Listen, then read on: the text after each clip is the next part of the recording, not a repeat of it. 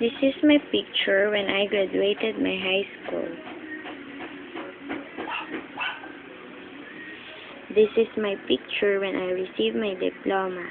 This is Father Rene Lagaya, our school principal, Sister Lulu, and me.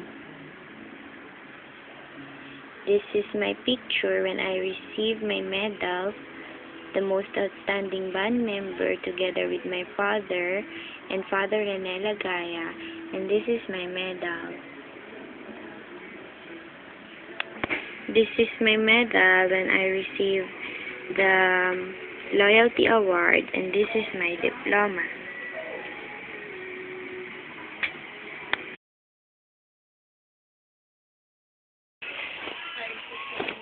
Hello, everyone.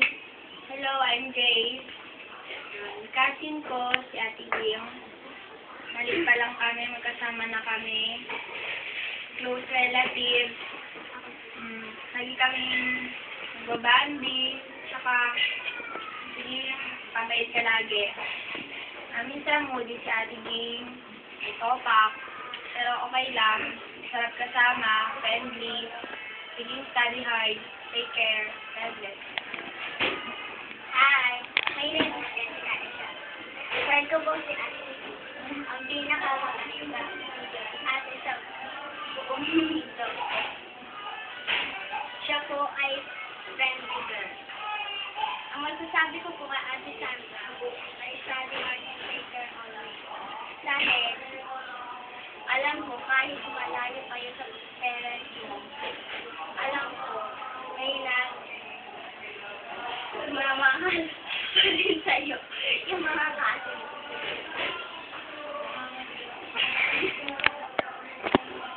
Hi, Ate Ging. Mga pala si Jerica. Si Ate Ging, friend ko siya. Saka, dati, noon, akala ko, ang unang tingin ko pa lang sa kanya, mataray. Pero nung kinatagalan na, mabait pala siya, friendly, saka mabait, matulungin. Kaya ako po sinabi matulungin siya kasi kapag gumagawa ko ng assignment, tinutulungan niya akong gumawa nun. Kaya, gano'n. Tsaka isa lang masasabi ko sa'yo, study hard and take care yourself always. Pakabait ka, yun lang.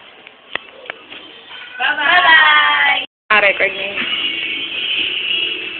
Hi, I'm Carla Angeline, si Heli, and Sandra. Balibumba is a good friend of mine. She's been my friend since high school. We're always together through good and bad times. She's always there when I need her. She's always ready to listen. My friend is very thoughtful and caring. Ito yung mga features ng tropa namin. High school night.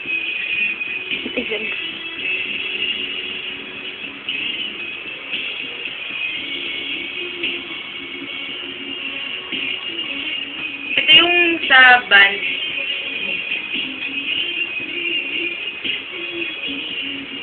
Nung retreat. Sa classroom.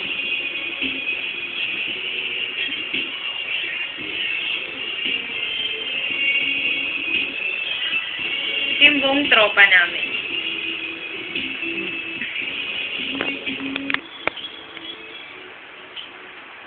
Sandra, classmates ko sa since high school, pati college, schoolmates kami. Lahat ng tripping nung high school, ginagawa namin. Yung event na hindi ko makakalimutan, nung na-operahan ako, siya palaging nagbubuhat ng bag ko.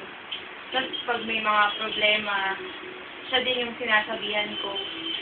Or pag may problema sa pinakikinggan ko. Palagi kayo magkasama, kami ng mga tropa namin.